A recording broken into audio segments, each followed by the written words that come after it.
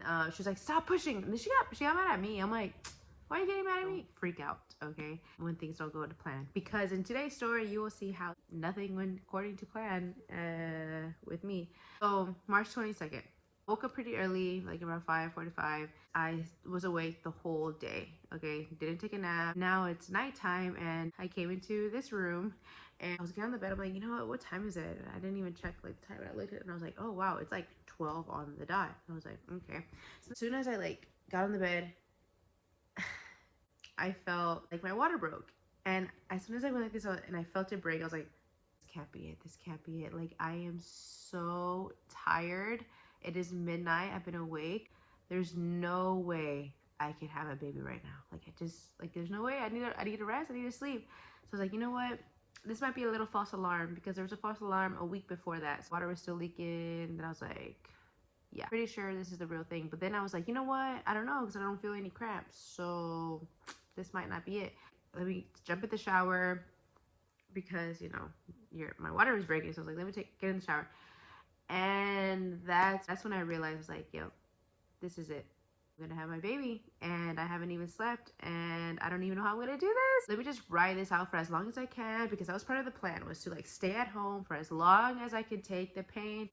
And baby dad was sleeping, so I was like just in the shower by myself and started feeling the cramps or contractions or whatever. I just felt like so much liquid was coming out and I was like, okay, this is my first baby. I do not know if this is normal. Like, I don't know like how much liquid is supposed to be coming out. If it's normal, I need to go to the hospital already. Even though I wanted to wait it out as long as I can, I know I still could have. I wanted to get some professional care to make sure everything was right. So that was another thing that I had planned, to stay here as long as possible. Did not go according to plan because I was just too scared that too much fluid was coming out. I packed up my bags, which that was all good. My bags were packed, and then I had my coconut water frozen in the freezer already, so got that. So I was like, you know what, I'm gonna need a lot of electrolytes while I'm doing this, because this is gonna take some work.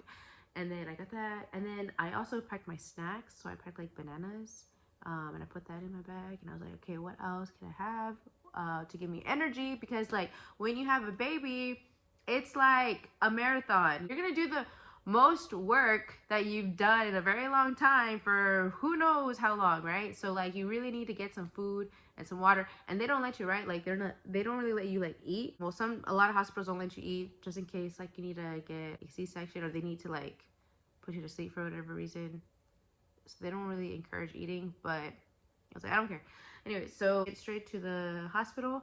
We finally got there. They told me like, yeah, you're pretty, like, I think I was like 3 or 4 centimeters dilated. And then they're like, wow, you seem pretty calm. They're like, you're not in any pain? I'm like, I feel like I'm cramping, and this is literally how I feel when I'm cramping. Like, and they're like, oh, okay, wow, you have some really bad cramps. I'm like, yes, I do. And now I know that my monthly cramps are equivalent to contractions. So anyways, but I'm just like, you know what, if this is how it is and then it's gonna go up a little bit, like I can handle that, because you know I handle this every month without any pain medication, so I'm good. Oh, that was another thing too in my plan, was I was already set in my mind, like I will not have the epidural. Like I am in the room and I'm doing like my techniques that I've been listening to like through YouTube and everything, like the breathing, the different like positions. But then it started getting like really bad, and the whole time like I had my headphones on, it was like a voice kind of helping you through the birth, and that worked really well, because it takes you out of like the actual environment of what's going on and it really makes you like hyper focus on like what you're listening to, if that's like the only thing you're listening to, you know, like not anything else. So it really gives you like a tunnel vision, and it allows you to go through the birthing experience a lot better, in my opinion. Of course, it started getting increasingly more painful. So then now like I'm sitting on the bed. I have to sit on the bed because now I have no energy to like withstand my own body weight. You know what I mean? Like I was standing up. Yeah, he was helping me, you know, kind of stand up while I was doing these like exercises. But like now I'm just like, the pain got so bad that I couldn't hold myself up, right? I'm gonna show y'all, like this is like the position that I was in the entire time until like I had to push her out. because it was the most helpful. Like it helped so much, like alleviate the pain, and it was comfortable, and it was like so helpful. So let me try to remember how it was. Okay, so I did get on the bed, and they lowered this area of the bed like incline down. So now my legs, instead of being like this, they were like inclined down. Then with one leg, I did like a frog position. So like I put it like this. So I was like, this is called like the frog position. So ask your nurse, maybe your nurse will know. With this foot, it was on top of like a ball. So there was a ball. They have the ball, so you don't have to like bring any balls. This leg. So I was like this with the ball underneath this leg. I was like that, doing the breathing, like, you know, throughout my contractions. And then like I would switch legs, and then I would switch legs. Then I would put like this one like this, like a frog, and then the ball on the other leg. And that's like what my partner helped me out with, was moving the ball from like leg to leg while I was doing that. So I was in that position like the rest of the time. Anyway, so I was doing that, and all of a sudden, like around like 8 centimeters or 7 or 8, that, oh wow, like all of a sudden, and the whole time I was good. I'm like, I don't need no epidural. Like I was like, this is fine. But then when it got to around 7 to 8, I was like, okay, this hurt so bad. I would like look at my partner and be like, I can't do it. I can't do it. I give up. I'm just gonna surrender. I'm just gonna be like, it is what it is. But because I was just like, I don't know how, this is so painful. So anyways, then the nurse like coached me through like some other ways to breathe, and it was very helpful. So that nurse knew what was up. So yeah, there was a point that I was like, I can't do it, I can't do it. And then my partner was like, yes you can, yes you can, like you can do it. Like he was so convicted, like, yes you can, you know.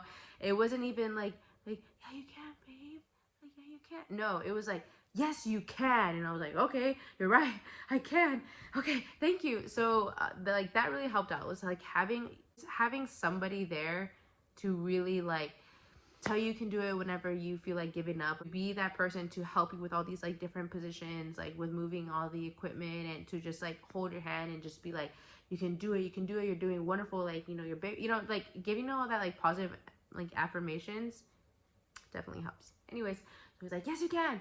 And I was like, no I can't, no I can't. And then you know, like screaming.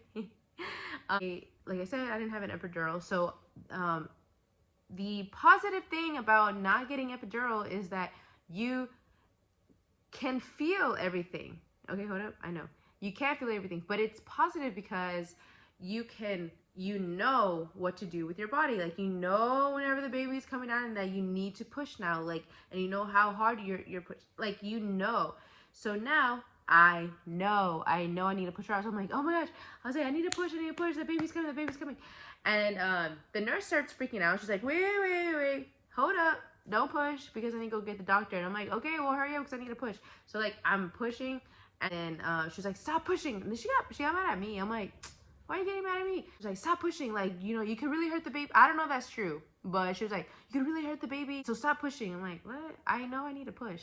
So then she calls the doctor and my OB GYN, and my OB GYN comes in. It's like, I don't know, it's like 7 o'clock in the morning at this time. So he's like, well, hello, I guess this is it. It's quite early.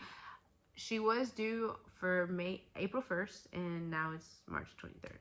So the nurse was like, okay, doctor, she's ready to go, the baby's coming. And he was like, oh wait, hold on, I gotta go. And then the nurse was like, what do you mean? No, I literally hear her say it. And I remember she's like, I'm not catching a baby this morning, doctor. Like, I'm not gonna catch a baby this morning. She is ready. And he was like, yeah, but I gotta go, I have to go do a C-section real quick, and so hold on, I'm gonna go do that, and then we'll come back and do this. And I was just like, so at that time, like, you know, I'm like in pain, right? So I'm hearing this because I'm also like disassociating from my body. Like, every time that a contraction comes, I'm like disassociating from my body. So like, I literally feel like I am out here in my little paradise in my mind, because every time a contraction would come, like, I would think like I'm in like Cancun. So I'm up here like in Cancun in my little vision, and I hear this dummy say that, and I'm like, did he really just say that? And then I was like, oh my you gotta be kidding. But I was like, no, but I said, like, concentrate, like, who cares what is happening in the outside? Just, you cannot change anything, so just keep focusing. So I like kept focusing and being in my like little paradise world. And sure enough, yes, it was totally true. So I had to hold my baby in the whole time. Like every time I needed to push, because you know when you need to push, every time I needed to push, like I couldn't. Like I had to hold my baby in. So like literally I was crowning, and then my partner told me that like he could see the baby's head. And the whole time, like I needed to push her out. I couldn't push her out because the nurse kept telling me like I can't do it. Like don't do it. I have to wait till the doctor comes. I don't know how long I was there, honestly, because like I said, like the only thing that was helping me was like me disassociating from the situation and being in my like little paradise mind land. It took about an hour. So I was literally crowding, holding my baby in for an hour, feeling absolutely everything. So I did not have an epidural. And yeah, it was quite the unnecessary experience that needed to be had. Anyways, so then finally the doctor comes in, and like he doesn't even come in with urgency. That's what like I remember like just seeing him just like doo-doo-doo, just come. Well, all right, here we go. Finally, whenever I guess you're ready to have the baby, they put you like all the way back, and I wasn't expecting that. So I was like, just like all the way back, and I had to hold my legs, like, okay, you're gonna hold your legs like this, and you're gonna push. And I was like, I'm gonna do, how, you know, like, cause I'm like, now I'm having contractions like all the time. I'm like, what? Like, how do I do it? They're like, just like, go like this and like push. So it's like, ah, you know, and they're like, no, not like that. I'm like, oh my gosh, okay, well, how? And like this. I was like, okay, fine. Ah, and the baby came out. So literally I pushed 2 times, and Alessandra came out. My beautiful baby came out. And, anyway, so she came out after just 2 pushes. Well, done. Then I finally have her, and it's like the biggest relief ever. Did the whole skin to skin thing. I was there for a while. I did some pictures, you know.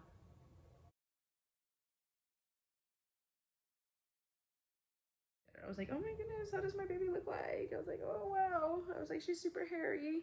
No, yeah, she was super hairy. I was like cutting her toes. I was cutting her fingers. I was just looking at her, and anyways, I'm like, okay, she's perfect. I really need to go to the restroom now. So I was like, hey doctor, I like really need to go to the bathroom. So can y'all do something about this? Cause like you're all like hooked up with all these tubes. And he was like, no, you can't go to the, he's like, you can't go to the restroom. I was like, why not? I really need to go. He was like, well, because you have an epidural, you can't walk. And I was like, and then the nurse said it for me. And the nurse was like, doctor, I told you she didn't have an epidural. And he was like, oh, that's right. Okay, yeah, you can just go, yeah, go ahead. You can go and walk. And I was like, you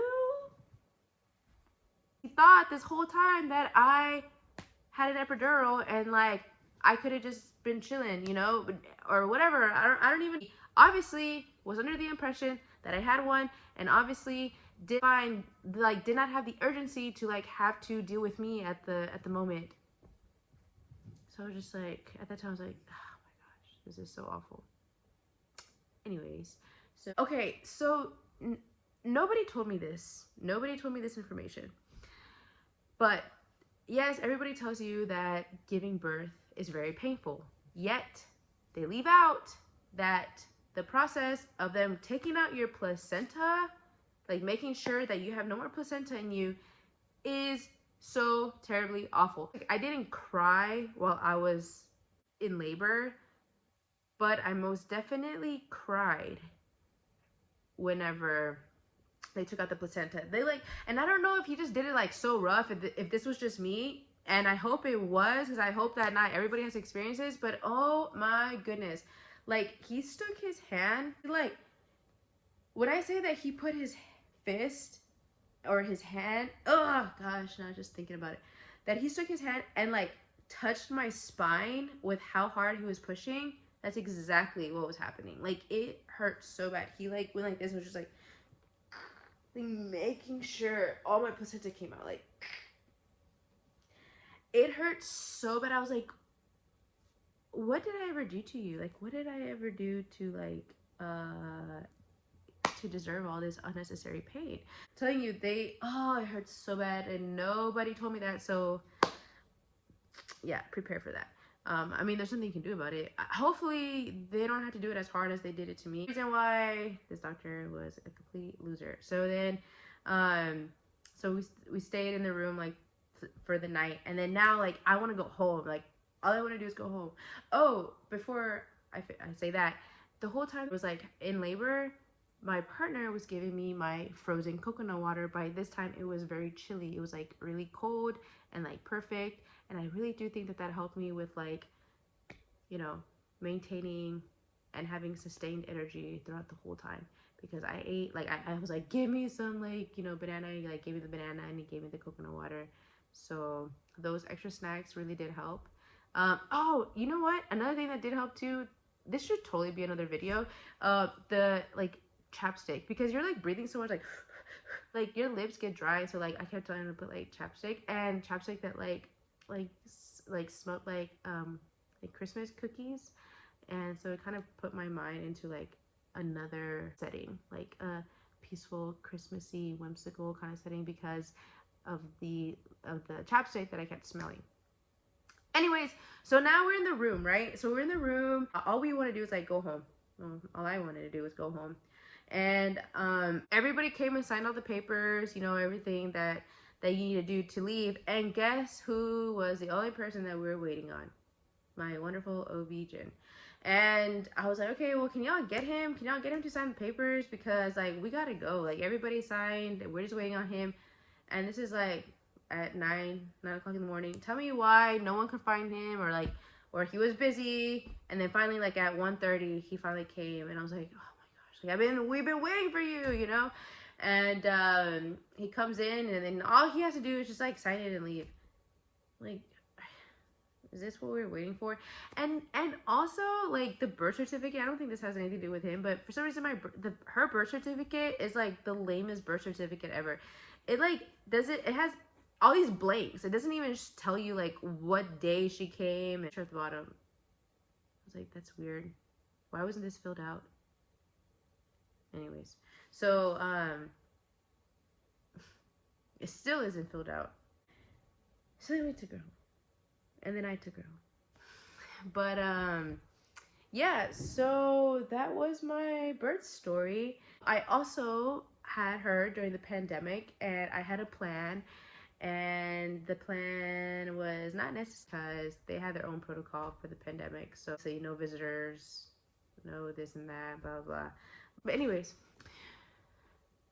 wow, that was quite the memory lane journey that I just went on randomly at 11 o'clock at night. So I hope that you enjoyed my birth story of my beautiful baby girl coming into this world. I don't know what other video you want me to do, and I hope that this was quite interesting for you. Leave me any questions on the comments below, because I will answer it, since I have only like 10 followers. So I will answer your questions. Bye.